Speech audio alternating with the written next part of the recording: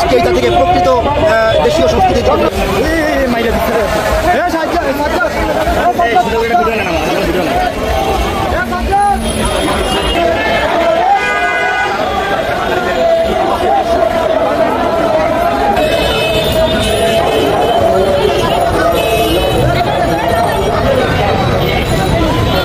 ভাই এটা কি আপনার বউ? এটা কি আপনার ম্যাডাম?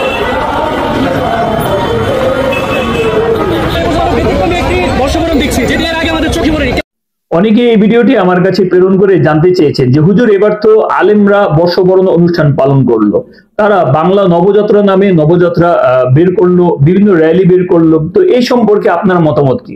দেখেন, এই সম্পর্কে আমি আমার কোনো মতামত ব্যক্ত করব না। আমি এই প্রসঙ্গে কয়েকটি হাদিস আর ফতোয়ার প্রসিদ্ধ কিতাবের কয়েকটি ফতোয়া আপনাদের সামনে তুলে ধরার চেষ্টা করব। এজন্য শেষ পর্যন্ত মনোযোগ সহকারে শ্রবণ করলে আশা করি আপনারা এই সকল প্রশ্নের উত্তর পেয়ে যাবেন। আপনারা যদি হাদিসের প্রসিদ্ধ কিতাব সুনানে আবি দাউদের 1034 নম্বর হাদিসটি দেখেন, সে জায়গার মধ্যে আসছে হযরত আনাস রাদিয়াল্লাহু তাআলা আনহু তিনি বর্ণনা করেন, কদিমা রাসূলুল্লাহ সাল্লাল্লাহু আলাইহি ওয়াসাল্লাম আল মাদিনাতা ওয়ালাহুম ইয়াওমান ইয়ালআবুনা ফীহিমা। নবীজি সাল্লাল্লাহু আলাইহি ওয়াসাল্লাম যখন মদিনায় যায়, মদিনায় যাওয়ার পর দেখলো যে মদিনাবাসীরা 2 দিন বিভিন্ন ধরনের উৎসবের আয়োজন করে এবং খেলাধুলা করে। এই 2 দিন ছিল নাইরুজ আর মেহেরজান। নবীজি সাল্লাল্লাহু আলাইহি ওয়াসাল্লাম তাদেরকে জিজ্ঞেস করলেন, ওয়ামা হাযানিল ইয়াওমান, যে তোমরা এই 2 দিনে এত ধরনের আনন্দ উৎসব খেলাধুলার আয়োজন করো কেন? তখন তারা বলল, কুন্না নালআবু ফীহিমা ফিল জাহিলিয়া, যে জাহিলি যুগে আমরা এই ধরনের কর্মকাণ্ড করে আসতাম। তখন নবীজি সাল্লাল্লাহু আলাইহি ওয়াসাল্লাম তাদেরকে বলে দিলেন, ইন্নাল্লাহা ক্বাদ আবদালাকুম বিহিমা খায়রাম মিনহুমা ইয়াওমাল আযহা ওয়া ইয়াওমাল ফিত্রি, নিশ্চয়ই আল্লাহ তাআলা তোমাদের জন্য এই 2 দিনের চেয়ে উত্তম দিন নির্ধারণ করে দিয়েছেন আনন্দ উৎসব করার জন্য, আর সেটা হচ্ছে ইয়াউমুল আযহা আর ইয়াউমুল ফিত্র। একটা হচ্ছে ঈদুল আযহা আর একটা হচ্ছে ঈদুল ফিতর।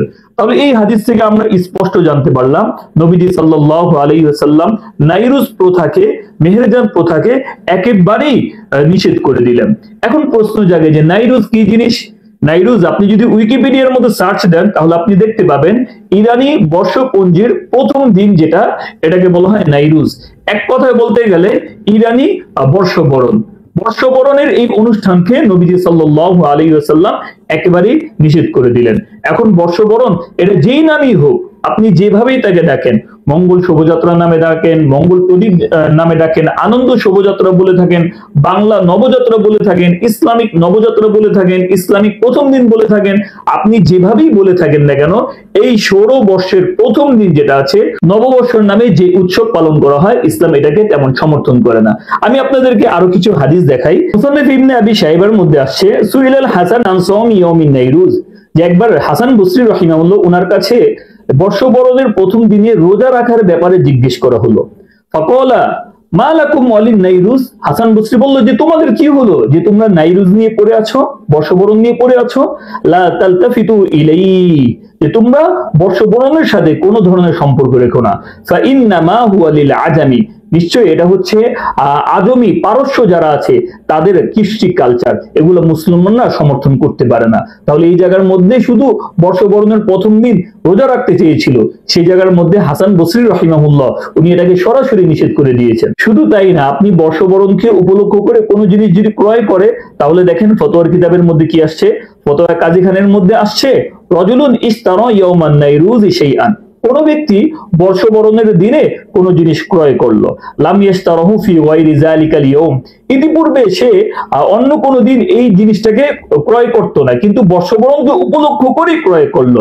ইন আরাদা বিহি তাযীম যালিকাল ইয়াউম, যদি সে এইখানে কিনার দ্বারা ওই বর্ষবরণ নাইরুজকে সম্মান করা তার উদ্দেশ্য হয়ে থাকে, কামা ইউআযিমুল কুফরা, যেরকম ভাবে সম্মান কাফেররা এই দিনকে করে থাকে, ইয়াকুনু কুফরান, তাহলে ওই লোকটি একটা কুফরি কাজ করলো। তাহলে আপনি একটা জিনিস ক্রয় করতেন না, কিন্তু বর্ষবরণ উপলক্ষ করে ক্রয় করলেন এবং এই দিনের সম্মানে ক্রয় করলেন, তাহলে এটা যদি কুফরি হওয়ার সম্ভাবনা থাকে, তাহলে এই দিনের সম্মানে যারা নবযাত্রা, আনন্দ যাত্রা, তারপর র্যালি, চাই এটা টুপি লাগিয়ে হোক, চাই এটা জুব্বা লাগিয়ে হোক, চাই এটা যেভাবেই হোক, আপনারা যদি করে থাকেন তাহলে ইসলাম এটাকে কখনোই সমর্থন করবে না। শুধু তাই না, আপনি যদি ফতোয়া বাজাজিয়ার 3য় খণ্ডের 333 নম্বর পৃষ্ঠা দেখেন, সেই জায়গার মধ্যে আসছে আল খুরুজ ইলান নাইরুজিল মাজুসি ওয়াল মুওয়াফাকাতু মাআহুম ফিমা ইয়াফআলুনাহু ফি যালিকাল ইয়াউমি কুফরুন। কোন ব্যক্তি অগ্নি পূজারীদের নাইরুজের দিনে সে যদি বের হয় এবং এই দিনে অগ্নি পূজারীরা বর্ষবরণ উপলক্ষ করে যেই ধরনের কর্মকাণ্ড করে থাকে, মুসলিমরা যদি ওই ধরনের কর্মকাণ্ড করে এবং তাদের সাথে সাদৃশ্য অবলম্বন করে এবং তাদের কর্মকাণ্ডকে যদি সমর্থন করে ইয়াকুনু কুফরুন, তাহলে এটা কুফরি হয়ে যাওয়ার সমূহ সম্ভাবনা আছে, তার কাফের হয়ে যাওয়ার সমূহ সম্ভাবনা আছে। আমি সরাসরি ফতোয়ার কিতাব থেকে দেখিয়ে দিচ্ছি, আপনারা চাইলে বড় বড় নির্ভরযোগ্য ওলামায়ে কেরামের কাছ থেকে আমার কথাগুলোকে যাচাই বাছাই করে নিতে পারেন। এভাবে বলতে গেলে আমি অনেকগুলো ফতোয়ার কিতাব থেকে দলিল আদিল্লা দিতে যাব, আমি ভিডিওটা লম্বা করতে চাচ্ছি না। পরিশেষে ইবনে তাইমিয়া রাহিমাহুল্লাহর একটা কওল দিয়ে আমি শেষ করতে যাচ্ছি। ইবনে তাইমিয়া রাহিমাহুল্লাহর প্রসিদ্ধ কিতাব ইক্তেদায়ে সিরাতুল মুস্তাকিমের প্রথম খণ্ডের 457 নম্বর পৃষ্ঠার মধ্যে আসছে, উনি বলেন মান বানা বিবালাদিল আআজিব, যে ব্যক্তি পারস্যদের এখানে, আজমিদের এখানে কোনো ঘরবাড়ি এগুলো তৈরি করলো, ফাসানা নাইরুজিহিম ওয়া মিহরজানিহিম, এবং সে নাইরুজ, মেহেরজান এই ধরনের অনুষ্ঠানগুলোকে সে পালন করা শুরু করে দিল, ওয়াতাশাব্বাহা ফীহিম, এবং সে তাদের সাদৃশ্য অবলম্বন করা শুরু করে দিল, হাত্তা ইয়ামুতা ওয়া হুয়া কাযালিক, সে তাদের মতোই মৃত্যুবরণ করলো, হাসারা মাআহুম ইয়াউমাল কিয়ামা, সে কিয়ামতের দিন এই সমস্ত পারস্য, পৌত্তলিক যারা সূর্য পূজা করে, অগ্নি পূজা করে এবং এই ধরনের বর্ষবরণের নাম নিয়ে বিভিন্ন ধরনের অনুষ্ঠান করে, তাদের হাসর নাসর তাদের সাথেই কিন্তু হবে। তাহলে এখন আপনি চিন্তা করে দেখেন, আমি টুপি লাগিয়ে, দাড়ি পরে, জুব্বা লাগিয়ে, যে সংস্কৃতির নাম দিয়েই আমি এটা করি না কেন, এটাকে কিন্তু ইসলাম কোনোভাবেই সমর্থন করে না। এটাই হচ্ছে কোরআন এবং হাদিস থেকে নির্ভরযোগ্য একটা কওল।